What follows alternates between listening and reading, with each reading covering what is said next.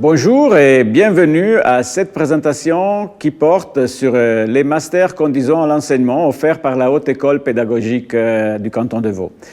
Je m'appelle Michele Poretti et je suis responsable de la filière secondaire 1. On va commencer par présenter les formations de niveau master de l'HEP en général. Ici, vous voyez à gauche les formations qui portent à un titre professionnel pour l'enseignement, qui donne donc droit à exercer une profession, et sur la droite, d'autres formations de niveau master, comme le master en didactique et les masters que nous avons en commun avec l'Université de Lausanne ou avec l'Université de Genève, qui portent sur des sujets spécifiques comme l'éducation précoce ou les sciences et les pratiques de l'éducation. Donc, ces masters que vous trouvez sur la droite ne seront pas présentés dans le cadre de cette présentation. Ils ont fait l'objet d'une autre présentation. Je vais me concentrer sur les titres qui portent vers l'enseignement, donc sur le côté gauche, et donc en particulier sur le master en enseignement spécialisé et sur les deux masters qui portent vers l'enseignement au secondaire 1 ou au secondaire 2. Les trois formations dont nous allons parler aujourd'hui permettent d'obtenir deux titres. D'un côté, un titre de niveau master, ou master en études avancées, qui est reconnu au niveau européen, et un diplôme d'enseignement qui est reconnu au niveau suisse. Donc, vous verrez, les titres changent selon la formation, mais c'est bien deux titres que vous obtenez à l'issue de ces deux formations et qui donc permettent à la fois la mobilité au niveau européen, pour ce qui est du master, et au niveau suisse, pour ce qui est du diplôme d'enseignement. Je vais présenter très brièvement le Master of Arts en enseignement spécialisé, qu'on appelle MAS. Et il s'agit d'une formation donc, qui permet de se former pour prendre soin ou pour s'occuper des enfants qui ont souvent des handicaps ou dont on a diagnostiqué des troubles ou des déficiences. Donc, on travaille spécifiquement pour ces élèves-là. C'est une formation à laquelle on accède normalement après avoir déjà acquis un titre d'enseignement, souvent au primaire, pour l'enseignement au degré primaire. Mais on peut aussi y accéder moyennant ce qu'on appelle les prestations complémentaires en enseignement ordinaire, les PCEO, avec quelques crédits en plus. Vous voyez ici, donc c'est 120 crédits le MAS classique, ça devient 154 crédits si vous y ajoutez les prestations complémentaires qui vous permettent donc, c'est plus ou moins une année de formation en plus, et permettent de se préparer à cette formation en apprenant les outils classiques de l'enseignant ordinaire. Donc c'est une formation qui se déroule sur 3 ans et qui donc une formation en emploi, donc dans laquelle on est aussi dans les écoles et on travaille, et elle est à temps partiel, 2 jours par semaine en principe. Donc voilà, c'est une formation spécifique qui permet d'enseigner à différents degrés scolaires, mais avec un public d'enfants particulier, et qui combine à la fois formation théorique, formation pratique et formation à la recherche. Voyons maintenant le champ professionnel de l'enseignement. Vous voyez donc ici à gauche l'enseignement spécialisé qui donc peut avoir lieu à tous les niveaux scolaires, au niveau primaire, au niveau secondaire 1 ou au degré secondaire 2. Donc, les deux autres formations dont je vais parler, c'est la formation pour le secondaire 1 qui dans le canton de Vaud comprend les années 9 à 11 de la scolarité obligatoire. Mais les enseignants du secondaire dans le canton de Vaud peuvent aussi intervenir au niveau primaire, dans les degrés 7 et 8, donc la dernière année de l'école primaire, ou bien dans la 12e année, si vous voulez, qui permet souvent de faire de raccordement entre une voie, la voie générale ou la voie prégymnasiale, et d'obtenir le diplôme pour ceux qui avaient peut-être un peu de retard. Donc c'est l'école de la transition, ou les fameux raccordements 1 et 2, ou le rattrapage. Donc voilà, c'est ces différents niveaux dans lesquels interviennent donc les enseignants du secondaire 1. Et Et il faut juste savoir que la maîtrise de classe, donc c'est ce moment qu'on a avec les élèves pour traiter pas seulement d'une discipline, mais des questions, voilà, des problèmes que ces élèves pourraient rencontrer ou des questions des projets qui peuvent avoir lieu dans l'établissement. La maîtrise de classe en 7-8, donc dans les dernières années de l'école primaire, ne peut pas être assumée par des enseignants qui sont diplômés pour le secondaire, parce qu'elle est assumée selon la loi sur l'enseignement obligatoire par des enseignants qui ont le diplôme pour le degré primaire. Voyons donc la deuxième formation que je vais présenter porte donc permet d'accéder donc à l'enseignement au degré secondaire. Vous voyez ici, donc il y a une diapositive, la prochaine nous permet d'y voir plus clair. Donc lorsqu'on pense secondaire 2, on a souvent à l'esprit le gymnase. Or, les enseignants qui enseignent au secondaire 2 enseignent dans plusieurs types d'écoles, donc bien entendu le gymnase, mais aussi dans la formation de culture générale et aussi dans les maturités professionnelles. Donc on retrouve une belle diversité de contextes et un peu les mêmes diversités qu'on retrouve aussi au secondaire 1 entre la voie générale et la voie prégymnasiale. Donc il ne faut pas s'imaginer qu'enseigner au secondaire, c'est seulement enseigner au gymnase. Il y a une pluralité de contextes et donc de défis et de pratiques d'enseignement et d'enjeux aussi. Voilà. Et je vais venir tout de suite à ces enjeux. On peut déjà dire que enseigner au secondaire, que ce soit le secondaire 1 ou le secondaire 2, avec quelques nuances, dans les deux degrés scolaires, il faut vous êtes là pour permettre aux jeunes d'acquérir les connaissances, les outils et les aptitudes qui leur permettront de s'insérer à la fois dans la vie professionnelle et dans la vie tout court et dans la société. Donc ils doivent bien entendu acquérir des savoirs, ils doivent se projeter et choisir leur orientation à un certain moment. Ils doivent acquérir les exigences que l'école pose en matière de connaissance de chaque discipline, mais il y a aussi des enjeux de citoyenneté. Les jeunes à cet âge-là doivent entrer aussi dans le monde et se posent beaucoup de questions, donc il faut aussi accompagner cette entrée graduelle dans la société avec tous les questionnements que cela peut donner. Et pour rappel, le canton de Vaud s'est fixé l'objectif d'atteindre 95% de diplômés au niveau secondaire 2. Et donc, nous ne sommes pas encore là. Et donc, c'est bien un enjeu clé d'amener ces élèves à acquérir ce diplôme du niveau secondaire 2. Et à nouveau, je rappelle que ce n'est pas seulement la maturité gymnasiale, mais les différents diplômes auxquels on accède après le secondaire 2. Et finalement, le deuxième enjeu crucial pour l'école d'aujourd'hui, c'est celui d'accueillir des élèves hétérogènes, différents, très différents l'une de l'autre, dans une école inclusive qui se veut donc, qui voudrait faire une place à tout le monde. Il y a évidemment des différences de genre, des garçons, des filles et d'autres orientations sexuelles, mais il y a aussi des questions d'handicap, des différences culturelles, des différences de langue et aussi des différentes classes sociales qui trouvent souvent des places très différentes ou peinent à trouver une place à l'école. Donc voilà, un enjeu clé de l'enseignant, c'est aussi de faire la place à tout le monde et de faire apprendre tout le monde. Voyons un peu pour l'admission pour le secondaire 1, c'est bien un enjeu qui peut vous intéresser. Donc si vous voulez arriver à vous former pour le secondaire 1, donc vous voulez faire le master en enseignement secondaire 1, il faudra avoir au moins un bachelor. Et on accède au secondaire 1, à la formation de l'HEP dans ce domaine, avec 1, 2 ou 3 disciplines aujourd'hui. On peut accéder avec une seule discipline, supposons que vous êtes formé pour l'histoire, et dans votre bachelor, vous avez 110 crédits d'histoire. Voilà, ça c'est la condition pour y être admis.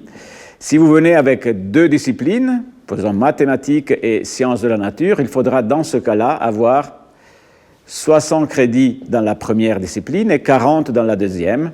Et voilà, et pour la troisième, si quelqu'un vient avec 3 disciplines, pour enseigner 3 disciplines, il faudra avoir 60 dans la première, 40 dans la deuxième et 40 dans la troisième. Évidemment, il y a des règles spécifiques pour les différentes disciplines par rapport au contenu, mais en principe, c'est bien ça le cadre. Il faudra avoir au moins un bachelor et les crédits nécessaires selon que vous vous formez à 1, 2 ou 3 disciplines.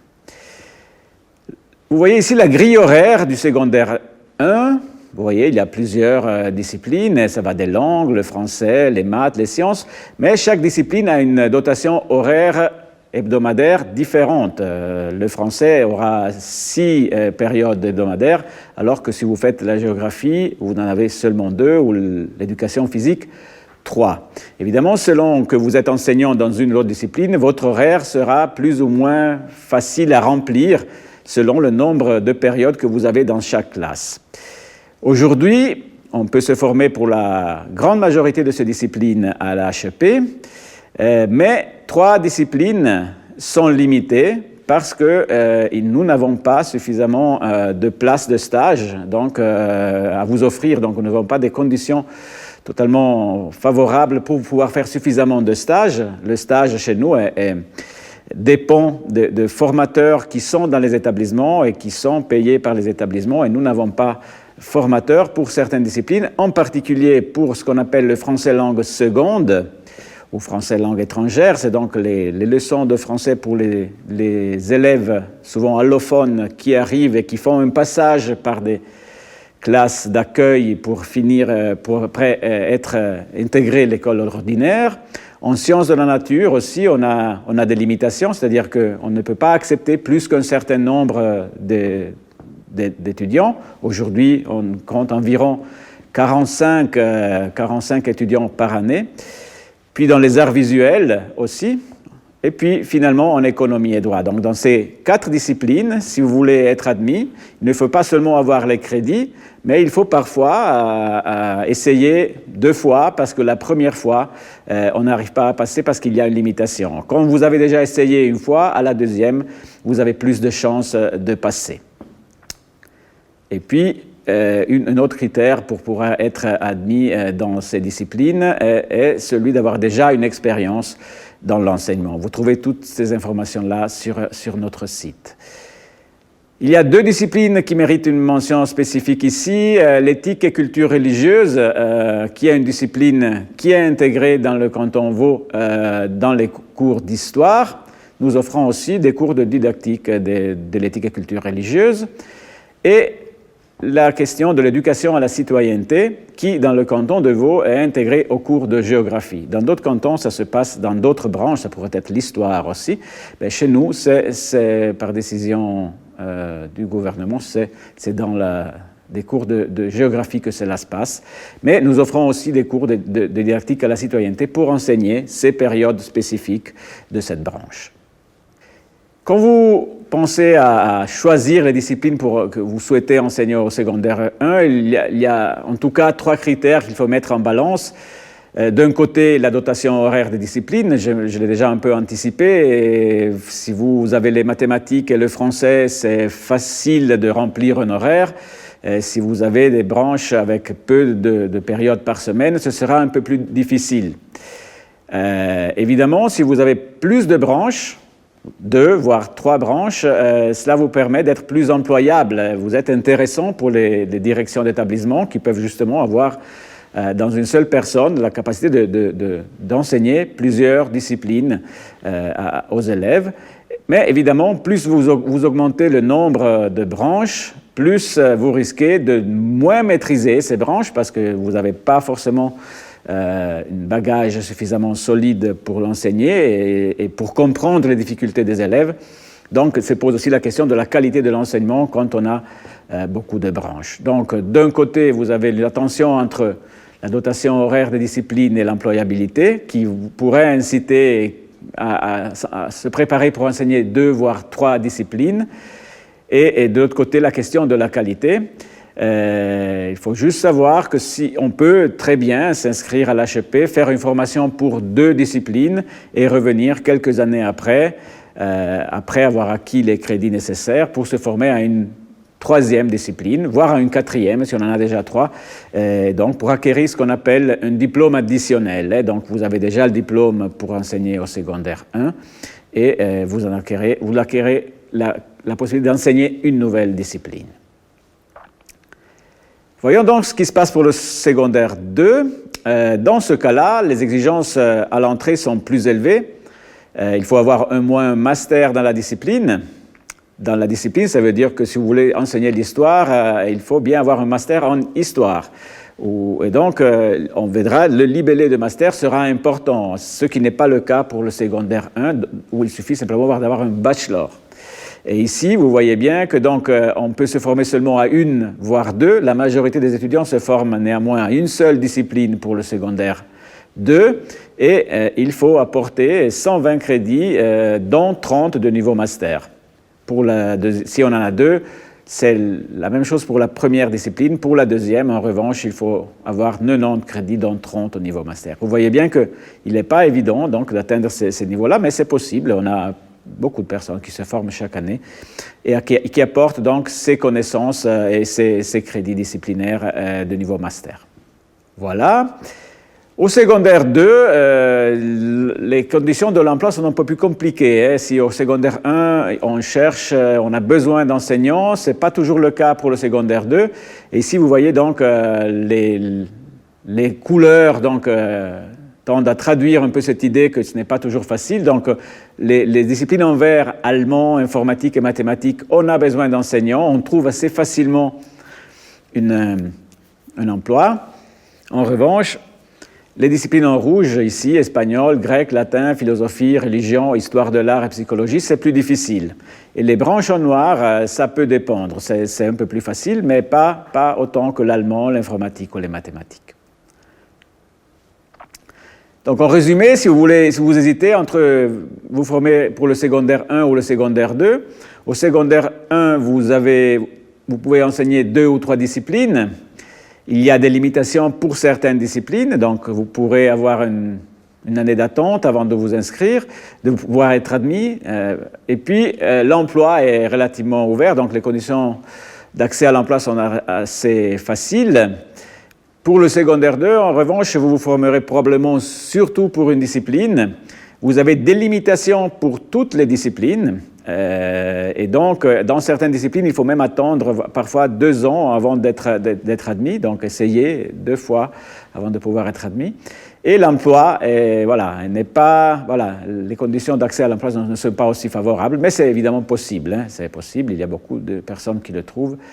Mais certains, ne trouvant pas d'emploi au secondaire 2, finissent par faire aussi la formation au secondaire 1, qui offre plus de débouchés.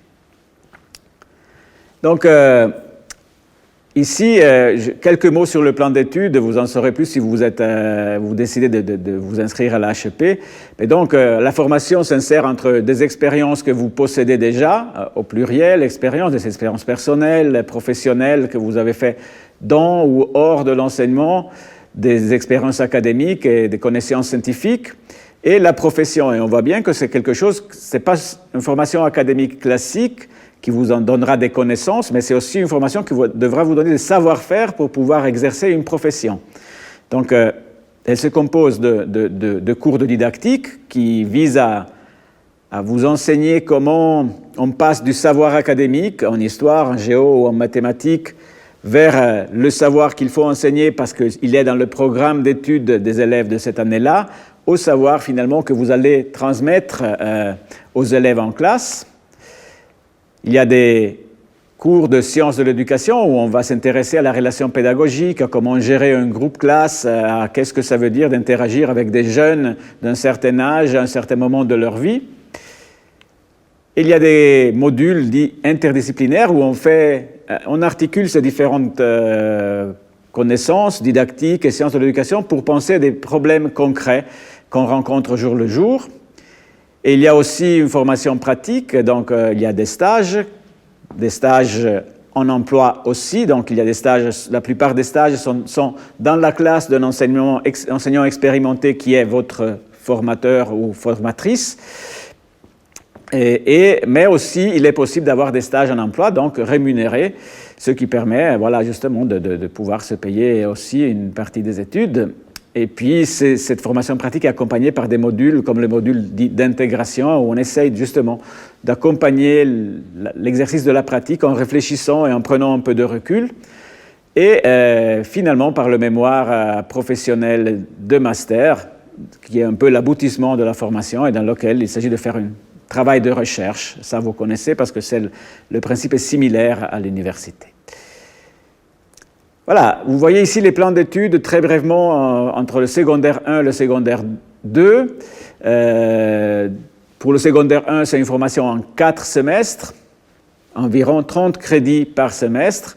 Le délai d'inscription est au 31 mars, donc il y a encore du temps. Vous êtes encore dans les temps si vous souhaitez vous inscrire pour l'année prochaine. Et pour le secondaire 2, c'est une formation à 2 semestres, ici aussi 30 crédits par semestre. Le délai d'inscription pour celle-là, en revanche, déjà passé parce que c'était au 31 janvier. Il est aussi possible donc de commencer au secondaire 1 et poursuivre vers le secondaire 2. Si on a la formation secondaire 1 finie et on veut aller au secondaire 2, on aura moins de cours parce qu'une partie de la formation sera déjà reconnue, la formation pédagogique et certains modules de didactique, donc un module, souvent un module à l'automne, pas toujours, ça dépendra de la discipline. Et on a aussi une autre variante qui est seulement ouverte en revanche pour les personnes qui sont monodisciplinaires, parce que si on a plusieurs disciplines, c'est très difficile par rapport à la charge de travail, on n'arrive pas à la faire si on a 2 disciplines. Souvent, les gens doivent renoncer à une discipline pour pouvoir faire le secondaire 1 et le secondaire 2 en même temps. Mais il est possible, si on est monodisciplinaire, en mathématiques par exemple, ou en histoire, de faire une première année pour se former au secondaire 1 et rejoindre le programme du secondaire 2 tout en finissant certains modules du secondaire 1 en deuxième année. Donc, pour les monodisciplinaires, c'est une option. Et une autre option, c'est celle de se former d'abord au secondaire 2, obtenir le diplôme, et puis décider de se former au secondaire 1. Je l'ai mentionné tout à l'heure, il y a des personnes qui, ne trouvant pas de débouché au secondaire 2, se forment finalement pour le secondaire 1. Là aussi, une partie de la formation est reconnue, et donc la formation au secondaire 1 est allégée. Voilà, vous trouverez plus d'informations sur notre site, notamment ici, sur le portail Candidat, qui vous donnera beaucoup plus d'informations de celles que j'ai pu transmettre aujourd'hui. Vous trouvez ici les contacts. Donc, pour chaque master dont j'ai parlé aujourd'hui, vous trouvez à la fois des conseillers aux études qui orientent les étudiants dans leur parcours et des responsables de filière. Je suis Michele Poretti, donc responsable de la filière secondaire 1. Et voilà, vous trouvez ici les contacts pour chaque filière. Je ne vais pas les lire, vous pouvez les lire. Et donc, en général, la porte d'entrée des étudiants sont les conseillers aux études et le service académique. Et le responsable de filière n'intervient que de manière subsidiaire s'il y a besoin d'une aide spécifique ou s'il y a un problème. Et voilà, je vous remercie pour votre attention et j'espère vous retrouver bientôt à la Haute École pédagogique.